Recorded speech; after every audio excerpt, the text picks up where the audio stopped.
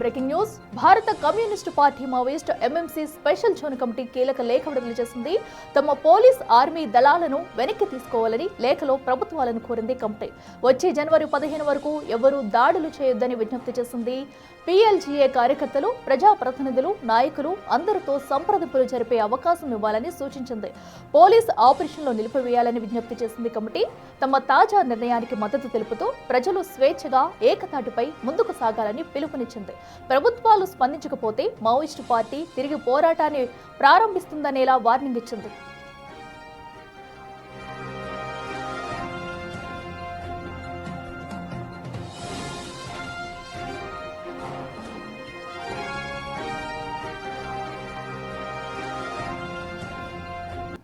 మరింత సమాచారం మా ప్రతినిధి భాస్కర్ అందిస్తారు. భాస్కర్, చెప్పండి, ఏదైతే తాజాగా మావోయిస్టు పార్టీ విడుదల చేసిన లేఖ అయితే సంచలనంగా ఉందని చెప్పాలి.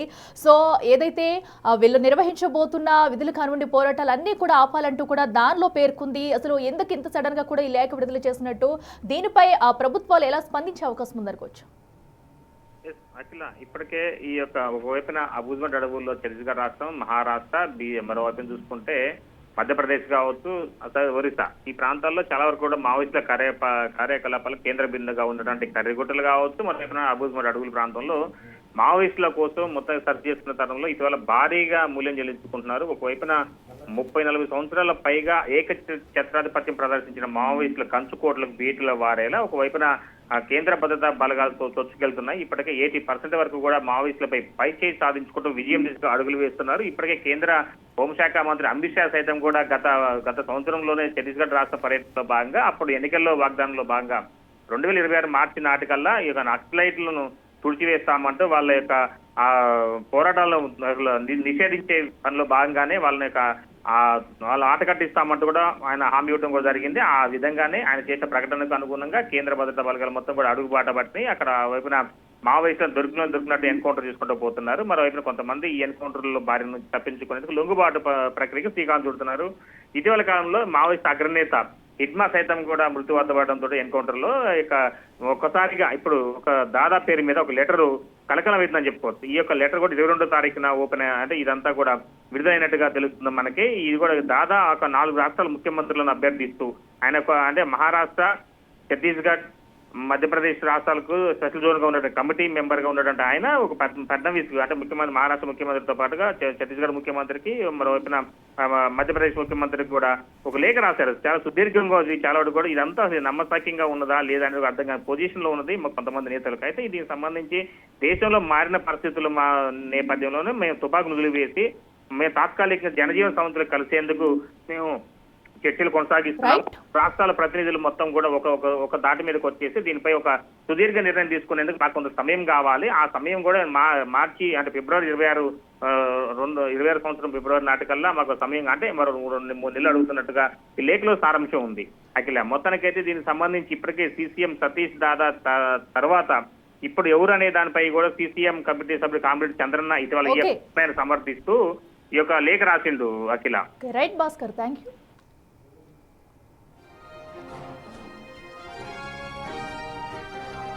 आनंद दादा, क्योंकि ये बात जो है ये दर्शकों तक पहुंचाने के लिए है, सरकार तक पहुंचाने के लिए है, तो पहले मैं अपना परिचय दे देता हूं। मैं संजय ठाकुर हूं विषय।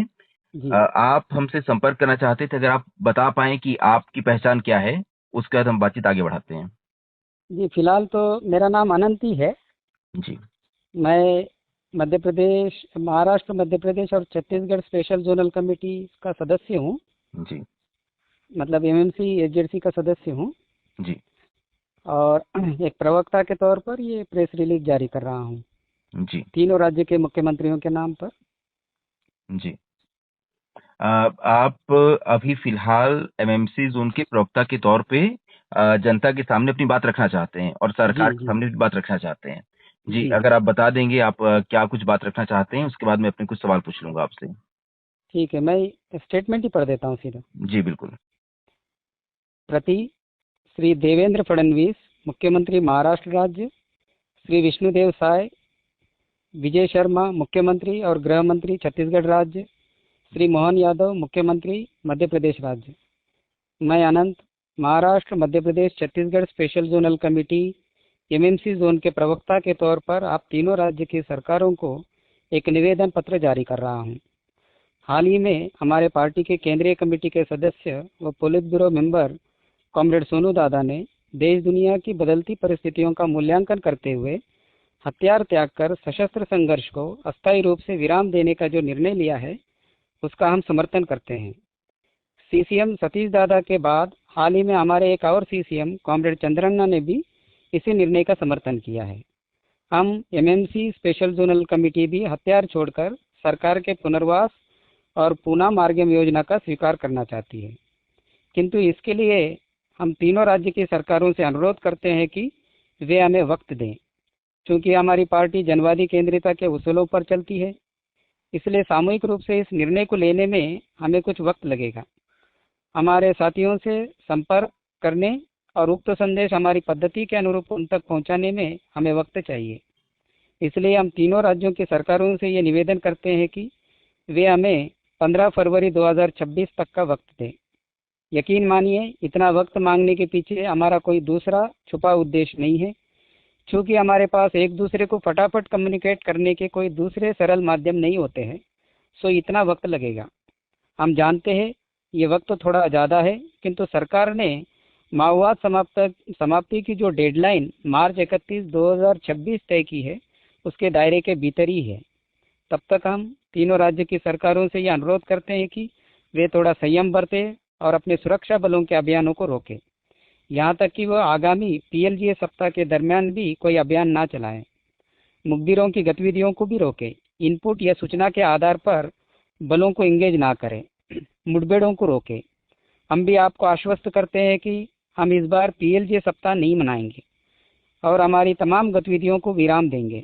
दोनों तरफ से ऐसा प्रयास होने पर ही एक बेहतर माहौल बनेगा और ये संभव हो पाएगा कि हम एक दूसरे को कम्युनिकेट करके साझे रूप से एक बेहतर निर्णय पर पहुंच पाएंगे। यकीनन परिणाम सरकार की दृष्टि से सुखद और सकारात्मक ही निकल कर आएगा। मैं जोन भर के अपने साथियों से भी ये अपील करता हूं कि वे अपनी तमाम गतिविधियों को इस प्रक्रिया के आगे बढ़ने तक और जहां तहां उक्त संदेश आप लोगों तक पहुंचने के बाद तुरंत विराम दें। हमारा सरकार से अनुरोध है कि इस निवेदन पत्र को वे अगले कुछ दिनों तक रेडियो पर चलाएं, ताकि ये संदेश जल्द से जल्द हमारे साथियों तक पहुंच सके। यही हमारे साथियों के पास एकमात्र बेहतर माध्यम है देश दुनिया की रोज़मर्रा की खबरों को जानने का और डे टू डे ताज़ी खबरों से अपडेट रहने का। इसके अलावा हमारे पास और कोई उन्नत माध्यम नहीं है। हम चाहते हैं कि तीनों राज्य की सरकारें इस बीच हमें कुछ जनप्रतिनिधियों से और कुछ पत्रकारों से भी मुलाकात करने का मौका दें, ताकि हम सामूहिक रूप से हथियार त्याग कर सरकार के पुनर्वास योजना को स्वीकारने की निश्चित तारीख की जल्द घोषणा कर सकें। किंतु ये तभी संभव हो पाएगा जब सुरक्षा बलों के अभियानों को उक्त निश्चित तारीख तक अस्थायी रूप से रोक दिया जाएगा और उक्त प्रक्रिया के लिए सरकार अपनी ओर से अनुकूल माहौल बनाए। इस निवेदन पत्र के जारी होने के बाद हम इस पर सरकार की प्रतिक्रिया का भी इंतजार करेंगे। बेहतर है वे रेडियो में ही अगले कुछ दिनों तक शाम के प्रादेशिक समाचार के ठीक पहले हमारा ये बयान और अपनी प्रतिक्रिया प्रसारित करें, ताकि ये हमारे साथियों तक जितने जल्दी हो सके पहुँचे। इसके बाद हम एक और प्रेस विज्ञप्ति जारी करेंगे और हथियार त्यागने की निश्चित तारीख की घोषणा करेंगे। हम हमारे साथी सोनू दादा और सतीश दादा से भी ये अनुरोध करते हैं कि वे हमारी बात को तीनों राज्यों की सरकार के पास रखें और हमें पर्याप्त समय देने की मांग रखें। हम जनहितैषी जनप्रतिनिधियों से, पत्रकारों से और यूट्यूबर्स से पत्रकारों से भी अनुरोध करते हैं कि वे इसमें सरकार और हमारे बीच मध्यस्थता करें और हमारे अपील पर गौर करने के लिए सरकार से बात करें। इसके अलावा वे अपने यूट्यूब चैनलों पर भी इस समाचार को कवर करें।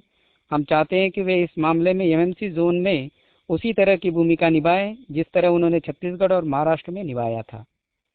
प्रवक्ता Anant, Maharashtra, Madhya Pradesh, Chhattisgarh special zonal committee, Bharat की कम्युनिस्ट पार्टी माओवादी। जी अनंत जी, आपका ये संदेश हम कोशिश करेंगे सरकार तक, जनता तक और आपके एक बाकी काम पार्टी करते तक हैं ना पहुंच जाए। संजय जी, जी बताइए। एक और कॉल है वेटिंग पे, उससे बात करने के बाद फिर मैं दोबारा कॉल करता हूँ। जी अनंत जी, बस एक ये लास्ट मेरा एक सवाल था कि जी, हाँ, कल ही आप लोग की केंद्रीय कमेटी की ओर से, सेंट्रल मिलिट्री कमीशन की ओर से एक लेटर आया जिसमें कहा गया कि पीएलजीए सप्ताह बनाना है उन्हें और उसे सेलिब्रेट करना है। तो एक जो गुट है जो अभी भी चाहता है लड़ाई जारी रहे, क्या आप लोग अब उनसे अलग हो गए हैं या आपके विचार ये हैं कि हमें अब हथियार नीचे रख देने चाहिए?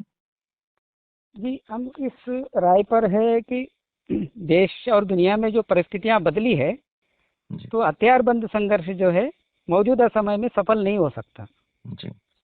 इसलिए थोड़ी भिन्न राय है। पार्टी एक ही है।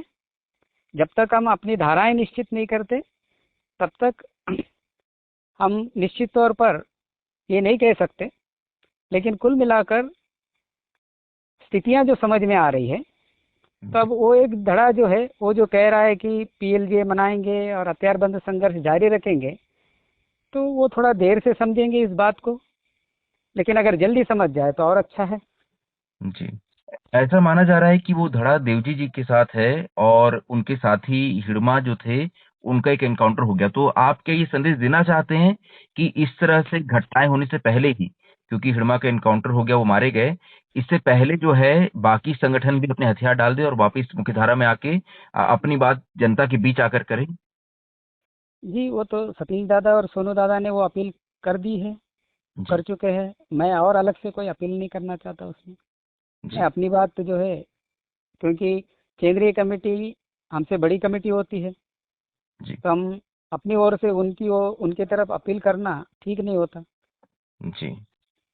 तो ठीक है, मैं आपकी बात जनता तक, दर्शकों तक पहुंचाने की कोशिश करूंगा और हम चाहते हैं कि ये पूरा जो एक संघर्ष का दौर चला है, ये अब किसी भी तरह से शांतिपूर्ण तरीके से दोनों ओर से कुछ शांति की राह निकल जाए और जी। आप लोग की सुरक्षित वापसी हो जाए, और इसके प्रति जो भी हमारी जिम्मेदारी होगी, जवाबदेही होगी, जो हाँ, कुछ हम कर सकते हैं हम करने की कोशिश करेंगे। ठीक है जी। जी आनंद। ठीक।